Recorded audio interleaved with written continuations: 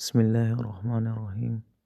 سینہ مبارک۔ آپ صلی اللہ علیہ وسلم کا سینہ مبارک فراخ اور کشادہ تھا، دونوں منڈوں کے درمیان اعتدال کے ساتھ فصل تھا۔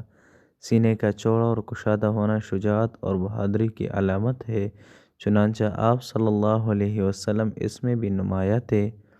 آپ صلی اللہ علیہ وسلم کو 40 آدمیوں کی طاقت تھی، اور ترمذی شریف کی روایت کے مطابق 40 جنتیوں کی طاقت تھی، اور ایک جنتی کی طاقت دنیا کے 100 آدمیوں کے برابر ہوتی ہے۔ اس طرح گویا آپ صلی اللہ علیہ وسلم کو 4000 دنیاوی انسانوں کی طاقت دی گئی تھی۔ آپ صلی اللہ علیہ وسلم کے سینے مبارک سے لے کر ناف تک کے بالوں کی باریک لکیر تھی۔ اس کے علاوہ چھاتی اور پیٹ پر بال نہیں تھے، البتہ دونوں بازوؤں اور کندھوں اور سینے مبارک کے اوپری حصے پر کچھ بال تھے۔ پیٹ یا بطن پیٹ مبارک۔ آپ صلی اللہ علیہ وسلم کا بطن پیٹ مبارک ہموار اور برابر تھا، یعنی پیٹ سینے سے بلند نہیں تھا بلکہ دونوں برابر تھے۔ بغل شریف۔ آپ صلی اللہ علیہ وسلم کی بغل شریف سارے بدن مبارک کی طرح سفید تھی۔ امام طبری رحمہ اللہ کہتے ہیں کہ یہ حضور صلی اللہ علیہ وسلم کی خصوصیت تھی، ورنہ آپ صلی اللہ علیہ وسلم کے سوا اکثر لوگوں کے بغل کا رنگ کالا ہوتا ہے۔ امام قرطبی رحمہ اللہ کہتے ہیں کہ آپ صلی اللہ علیہ وسلم کے بغل میں بال نہیں تھے، لیکن علماء فرماتے ہیں کہ یہ بات ثابت نہیں ہے، کیونکہ جلد کی سفیدی سے یہ لازم نہیں آتا کہ بغل میں بال نہ ہو، جبکہ احادیث میں آیا ہے کہ حضور صلی اللہ علیہ وسلم بغل کے بال کو اکیڑ لیا کرتے تھے، جس سے معلوم ہوتا ہے کہ آپ صلی اللہ علیہ وسلم کے بغل میں بال تھے۔ آپ صلی اللہ علیہ وسلم کے بغل شریف سے خوشبو آتی تھی۔ ایک صحابی رضی اللہ عنہ کا بیان ہے کہ آپ صلی اللہ علیہ وسلم مجھ سے بغل گیر ہوئے تو آپ کے بغل شریف کے پسینے سے مشک کی طرح خوشبو آ رہی تھی۔ مہر نبوت۔ آپ صلی اللہ علیہ وسلم کے دونوں منڈوں کے درمیان پشت پر مہر نبوت تھی، اور وہ مقدار میں کبوتر کے انڈے جیسی تھی، جو در حقیقت ایک ابھرا ہوا گوشت تھا جس کے چاروں طرف تل تھے، جو گویا مسوں کے برابر معلوم ہوتے تھے، اور اس کے اطراف چند بال تھے۔ مہر نبوت پر کیا لکھا ہوا تھا، یہ صحیح روایت سے ثابت نہیں ہے، البتہ ابن حبان رضی اللہ عنہ وغیرہ نے صراحت کی ہے کہ محمد رسول اللہ لکھا ہوا تھا، اور دیگر روایت سے معلوم ہوتا ہے کہ اس پر لکھا تھا ترجمہ: تم جہاں چاہے جاؤ، تمہاری مدد کی جائے گی، لکھا ہوا تھا۔ دراصل مہر نبوت آپ صلی اللہ علیہ وسلم کا ایک معجزہ اور علامات نبوت تھی، چونکہ سابقہ کتب سماوی میں اس کتاب کی پیشنگوئی کی گئی تھی کہ آخری نبی جو مبعوث ہوں گے، ان کی ہجرت کی جگہ ایسی زمین ہوگی جہاں کھجور زیادہ ہوں گے، اور وہ عرب میں پیدا ہوں گے، اور وہ دین ابراہیمی پر ہوں گے، وہ ہدیہ نوش فرمائیں گے، صدقہ نہیں کھائیں گے، اور ان کے دونوں شانوں منڈوں کے درمیان مہر نبوت ہوگی۔ چنانچہ اس مہر نبوت اور دیگر علامات کو دیکھ کر حضرت سلمان فارسی رضی اللہ عنہ ایمان لائے تھے، جس کا مفصل قصہ خصائل نبوی میں مذکور ہے۔ آپ صلی اللہ علیہ وسلم کے ہاتھ پر انگلیاں۔ آپ صلی اللہ علیہ وسلم کے ہاتھ اور انگلیاں۔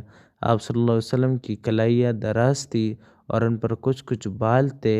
ہتھیلیاں فراخ، کشادہ، پرگوشت اور نرم و ملائم تھی۔ انگلیاں تناسب کے ساتھ لان بھی تھی۔ آپ صلی اللہ علیہ وسلم کے ہاتھ مبارک کی نرمی کے سلسلے میں حضرت مستور بن شداد رحمہ اللہ سے روایت ہے کہ انہوں نے اپنے والد سے پوچھا تو والد صاحب نے کہا کہ میں رسول اللہ صلی اللہ علیہ وسلم کے پاس پہنچا، اور میں نے آپ صلی اللہ علیہ وسلم سے مصافحہ کیا۔ آپ کا دست ہاتھ مبارک ریشم سے زیادہ نرم اور برف سے زیادہ سرد تھا۔ حضرت انس رضی اللہ عنہ سے مروی ہے، وہ فرماتے ہیں کہ میں رسول اللہ صلی اللہ علیہ وسلم کے دست مبارک سے زیادہ نرم حریر اور دیبا کو نہ پایا۔ حالانکہ حریر ریشمی کپڑے میں سب سے زیادہ نرم ہوتا ہے، مگر آپ صلی اللہ علیہ وسلم کا ہاتھ مبارک اس سے بھی زیادہ نرم تھا۔ ایک مرتبہ حضور صلی اللہ علیہ وسلم نے حضرت جابر رضی اللہ عنہ کے رخسار پر اپنا دست اقدس پھیرا تو حضرت جابر کو ایسی ٹھنڈک اور خوشبو محسوس ہوئی جیسا آپ صلی اللہ علیہ وسلم نے ابھی عطر کی ڈبیا سے اپنا ہاتھ نکالا ہو۔ حضرت وائل بن حجر رضی اللہ عنہ فرماتے ہیں کہ میں جب بھی آپ صلی اللہ علیہ وسلم سے مصافحہ کرتا ہوں تو میرا ہاتھ آپ صلی اللہ علیہ وسلم سے مس ہونے ملنے کی وجہ سے ایسا معطر اور خوشبودار ہو جاتا ہے کہ میں دن بھر اپنے ہاتھوں کو سونگھتا رہتا ہوں اور اس میں مشک نافے سے بہتر خوشبو پاتا رہتا ہوں۔ ان تمام روایت اور واقعات سے معلوم ہوتا ہے کہ آپ صلی اللہ علیہ وسلم کا دست مبارک ہمیشہ معطر اور ٹھنڈا رہتا تھا، لیکن ٹھنڈک سے وہ ٹھنڈک مراد نہیں ہے جو مزاج اور طبیعت کی برودت اور خشکی کی وجہ سے ہوتی ہے اور سرد پسینہ آنے لگتا ہے اور اس کے چھونے کو لوگ ناپسند کرتے ہیں، بلکہ آپ صلی اللہ علیہ وسلم کا یہ سرد اور ٹھنڈک پن اعتدال مزاج اور حرارت کا غلبہ نہ ہونے کی وجہ سے تھا، اور آپ صلی اللہ علیہ وسلم کے دست اقدس کو چھونے سے راحت اور سکون محسوس ہوتا تھا، کراہت محسوس نہیں ہوتی تھی۔ داڑھی مبارک۔ آپ صلی اللہ علیہ وسلم کی داڑھی مبارک گھنی تھی اور آپ صلی اللہ علیہ وسلم اپنی داڑھی مبارک میں تیل لگایا کرتے تھے، اکثر اس میں کنگھا کرتے تھے اور اس کو اچھے انداز سے رکھنے کا اہتمام فرماتے تھے۔ شفائے قاضی ایاز میں کہا گیا ہے کہ آپ صلی اللہ علیہ وسلم کی داڑھی مبارک کے بال اتنے زیادہ تھے کہ جس سے آپ صلی اللہ علیہ وسلم کا سینہ مبارک ڈوب گیا تھا۔ آپ صلی اللہ علیہ وسلم کی داڑھی مبارک کی لمبائی کتنی تھی یہ صحیح روایت سے منقول نہیں ہے، البتہ وظائف نبی میں کہا گیا ہے کہ آپ صلی اللہ علیہ وسلم کی داڑھی مبارک 4 انگل تھی، اس سے کم نہیں ہوتی تھی۔ یہ حقیقت ہے کہ داڑھی کا لمبا رکھنا آدمی کے اندر نکھار اور حسن پیدا کرتا ہے، خصوصاً جب کہ داڑھی گھنی ہو۔ نیز آپ صلی اللہ علیہ وسلم اپنی داڑھی مبارک کو توڑی کے نیچے کر کے گرو نہیں لگاتے تھے، بلکہ داڑھی پر گرو لگانے اور اس کو اندر دبا کر رکھنے والے پر سخت ناراضگی کا اظہار فرمایا ہے۔ چنانچہ آپ صلی اللہ علیہ وسلم نے فرمایا، یعنی اس شخص کا جو داڑھی پر گرو لگاتا ہے مجھ سے کوئی تعلق نہیں، لہٰذا ہم مسلمانوں کو چاہیے کہ اپنی داڑھی کو سنت کے مطابق رکھے، اس میں کنگھی کیا کرے، اسے توڑی کے نیچے دبا کر چھپانے کی کوشش نہ کرے۔ داڑھی کی شرعی مقدار۔ داڑھی کہاں تک رکھے اس کے بارے میں احناف کی رائے یہ ہے کہ وہ ایک مشت سے کم نہ ہو، اس سے بڑے ہوئے حصے کو کاٹ سکتے ہیں، جیسا کہ عبداللہ بن عمر کی روایت سے معلوم ہوتا ہے۔ ترجمہ۔ عبداللہ بن عمر رضی اللہ عنہ جب حج یا عمرہ کرتے تو اپنی داڑھی کو مٹھی میں لیتے اور اس سے بڑھتے ہوئے بالوں کو کاٹتے تھے۔ اس روایت سے معلوم ہوتا ہے کہ داڑھی اگر ایک مٹھی سے بڑھ جائے تو اس کو کاٹ سکتے ہیں، لیکن عبداللہ بن عمر رضی اللہ عنہما ہی کی دوسری حدیث سے معلوم ہوتا ہے کہ داڑھی کو اپنے حال پر چھوڑ دیں۔ آپ صلی اللہ علیہ وسلم نے فرمایا کہ لبوں کو تراشنے میں مبالغہ کرو اور داڑھی کو اپنے حال پر چھوڑ دو، اسے مت چھیڑو۔ بظاہر ان دونوں احادیث میں ٹکراؤ معلوم ہو رہا ہے، چنانچہ اس کے درمیان بعض شارحین تطبیق دیتے ہوئے فرماتے ہیں کہ حضرت عبداللہ بن عمر رضی اللہ عنہ کا فعل، یعنی داڑھی کا ایک مشت سے زائد حصہ کا کوترانا حج اور عمرے کے ساتھ خاص تھا، اور آپ صلی اللہ علیہ وسلم کا ارشاد عام حالات سے متعلق ہے، اور اس سلسلے میں علماء کرام کی عادات مختلف رہی ہے۔ چنانچہ منقول ہے کہ حضرت علی رضی اللہ عنہ کی داڑھی ان کے سینے کو ڈھانپ لیتی تھی، اس طرح حضرت عمر اور عثمان رضی اللہ عنہ کے بارے میں بھی منقول ہے۔ نیز پیران پیر شیخ عبد القادر جیلانی رحمۃ اللہ علیہ کے حلیہ میں لکھا ہوا ہے کہ آپ رحمہ اللہ کی داڑھی طویل و عریض تھی، لہٰذا ہم کو چاہیے کہ صحابہ رضی اللہ عنہ پیران پیر رحمہ اللہ کے طریقہ کار کو اپنا کر اپنی زندگی سنت اور اسلام کے طریقے کے مطابق گزارے۔ لبھائے مبارک آپ صلی اللہ علیہ وسلم اپنی مونچھیں ترشواتے تھے۔ آپ صلی اللہ علیہ وسلم نے یہ امر بھی فرمایا ہے کہ مشرکوں اور مجوسیوں کی مخالفت کرو اور اپنی داڑھیوں کو بڑھاؤ اور لبوں مونچھوں کے کم کرنے اور ترشوانے میں مبالغہ کرو۔ لہٰذا ہم بھی اپنی مونچھوں کو ترشوائے بلکہ اس طرح نہ لگائے، اس طرح ترشوا کے اطراف لب ظاہر ہوں اور ابرو کی مقدار میں چھوڑ دیے جائے۔ البتہ غازی یعنی جنگ لڑنے والا اس سے مستثنی ہے، اور انہیں مستحب ہے کہ لبوں کو لمبا رکھے تاکہ دشمنوں کی نظر میں رعب و دبدبہ ظاہر ہو، لیکن لبوں کو اتنا دراز و لمبا نہ کرے کہ اطراف لب ہی ڈھک جائے۔ مونچھ اس انداز کے ہو کہ وہ منہ کے اندر نہ آئے۔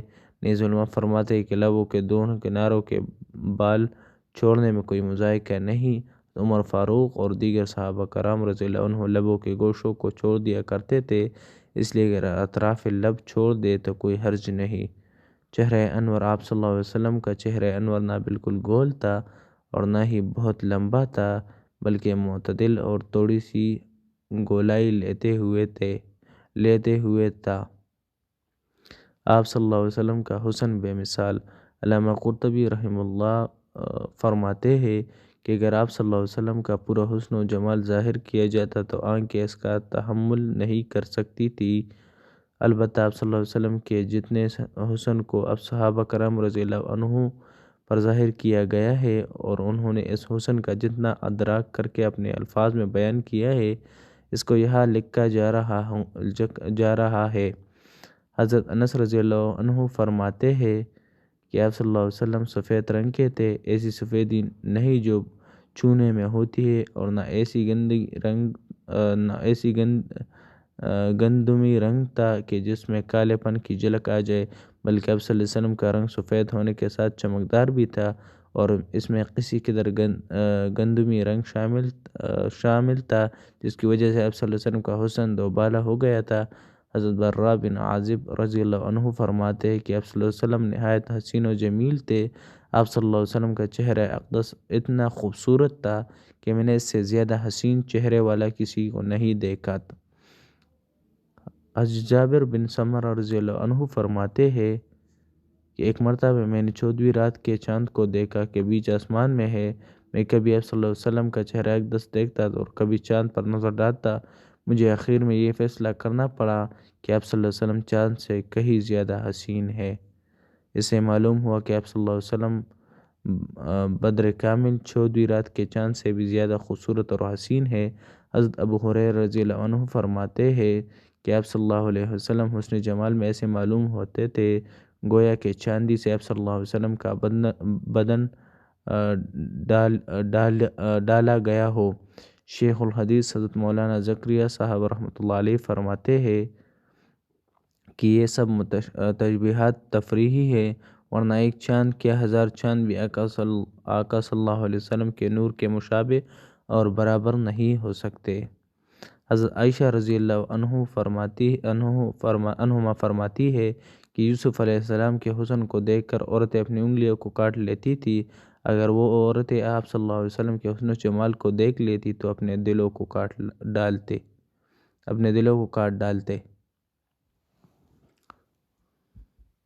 حقیقت میں آپ صلی اللہ علیہ وسلم کا حسن حضرت یوسف علیہ السلام کے حسن سے بڑھ کر تھا، اس لیے کہ آپ صلی اللہ علیہ وسلم کے حسن میں ملاحت بھی تھی، جیسا کہ آپ صلی اللہ علیہ وسلم نے خود فرمایا۔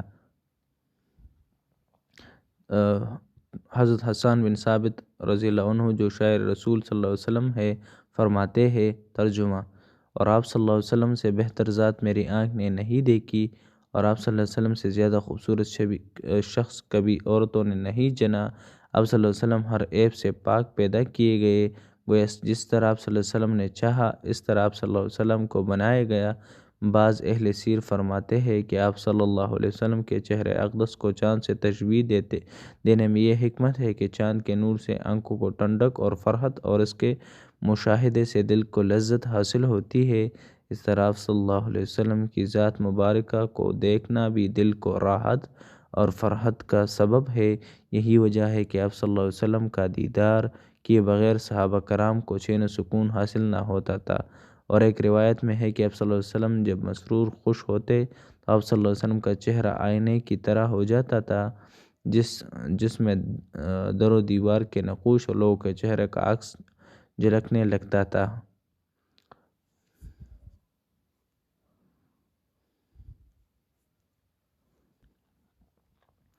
پرگوشت جوڑ، آپ صلی اللہ علیہ وسلم کی جوڑ کی جگہ مثلاً کہنیاں، گھٹنے وغیرہ سب کے سب پرگوشت اور گداز تھے، جو کہ قوت اور طاقت کی علامت ہے۔ پنڈلیاں مبارک، آپ صلی اللہ علیہ وسلم کی پنڈلیاں باریک و لطیف تھی، پرگوشت نہیں تھی۔ ایک حدیث میں ہے کہ میں نے آپ صلی اللہ علیہ وسلم کی پنڈلیوں کی طرف نظر ڈالی تو گویا وہ درخت خرما تھا، جس طرح درخت خرما ہموار، صاف، لطیف اور سفید ہوتا ہے، اسی طرح آپ صلی اللہ علیہ وسلم کی پنڈلیاں مبارک بھی ہموار، صاف اور چمکدار تھی۔ قدم مبارک، حضور صلی اللہ علیہ وسلم کے قدم مبارک پر گوشت تھے اور انگلیاں بھی تناسب کے ساتھ لان بھی تھی۔ تلوے کچھ گہرے، قدم ہموار اور بالکل صاف ستھرے تھے کہ پانی ان پر نہیں ٹھہرتا تھا، فوراً بہہ جاتا تھا۔ نیز ایڑی مبارک پر گوشت کم تھا، اور حضرت بریدہ رضی اللہ عنہما سے منقول ہے، رسول اللہ صلی اللہ علیہ وسلم کے قدم مبارک کی ظاہری شکل بہت حسین تھی۔ آپ صلی اللہ علیہ وسلم کا پسینہ، سرکار دو عالم صلی اللہ علیہ وسلم کے جسم اطہر سے ہمیشہ عطر لگائے بغیر خوشبو مہکتی رہتی تھی، پھر بھی آپ صلی اللہ علیہ وسلم امت کی تعلیم کی عرض سے عطر لگاتے تھے۔ آپ صلی اللہ علیہ وسلم کا پسینہ مبارک تمام عطروں سے ممتاز اور عمدہ تھا، چنانچہ حضرت انس رضی اللہ عنہ فرماتے ہیں کہ میں نے کوئی خوشبو عنبر، نہ مشک اور نہ کوئی دیگر خوشبو آپ صلی اللہ علیہ وسلم کے پسینے سے زیادہ عمدی سونگی۔ ایک روایت ہے، حضرت انس رضی اللہ عنہ سے مروی ہے، وہ فرماتے ہیں کہ ایک روز حضور صلی اللہ علیہ وسلم ہمارے گھر تشریف لائے اور دوپہر کے وقت کلولے آرام فرمایا۔ چونکہ حضور صلی اللہ علیہ وسلم کو خواب میں بہت پسینہ آتا تھا، تو میری والدہ ام سلیم رضی اللہ عنہما شیشی لے کر آپ صلی اللہ علیہ وسلم کا پسینہ اطہر جمع کرنے لگے۔ حضور صلی اللہ علیہ وسلم کی آنکھ کھل گئی، فرمائے اے ام سلیم کیا کر رہی ہو؟ عرض کیے یا رسول اللہ صلی اللہ علیہ وسلم پسینہ جمع کر رہی ہوں تاکہ میں بطور خوشبو اس کو استعمال کروں، کیونکہ اس کی خوشبو سب سے زیادہ بہتر ہے۔ ایک اور روایت حضرت انس رضی اللہ عنہ ہی سے مروی ہے، وہ فرماتے ہیں کہ آپ صلی اللہ علیہ وسلم جس راستے سے گزرتے تھے وہاں سے خوشبو مہکتی تھی اور لوگ پہچان لیتے تھے کہ حضور صلی اللہ علیہ وسلم اس راستے سے گزرے ہیں۔ آپ صلی اللہ علیہ وسلم کے جوتے کی شکل، آپ حضرت ابو ہریرہ رضی اللہ عنہ فرماتے ہیں کہ آپ صلی اللہ علیہ وسلم کے جوتے دو تسمے والے تھے۔ ایک تسمے والے جوتے کی ابتدا حضرت عثمان غنی رضی اللہ عنہ نے فرمائی۔ ایک تسمے والے جوتے کی ابتدا اس لیے فرمائی تاکہ دو تسمے والے جوتے کو ضروری نہ سمجھا جائے۔ ایک تسمہ ابہام اور سبابہ انگوٹھا اور اس کے بعد کی انگلی کے درمیان ہوتا تھا، اور دوسرا تسمہ وسطی اور بنسر تیسری اور چوتھی انگلی کے درمیان ہوتا تھا۔ ایک خاص بات، حضرت مولانا اشرف علی صاحب تانوی اپنی کتاب زاد السعید میں فرماتے ہیں کہ اگر آپ صلی اللہ علیہ وسلم کے نعل شریف کا نقشہ صحیح سن سے مل جائے تو اس کا ادب کرے اور اس کو بوسہ دے، مگر اس میں اتنا غلو اور زیادتی نہ کرے خلاف شرع کوئی بات ہو جائے، اس کو وسیلہ برکت اور محبت سمجھے، یہ نہیں کہ تمام احکام دین چھوڑ کر اس پر اکتفا کرے۔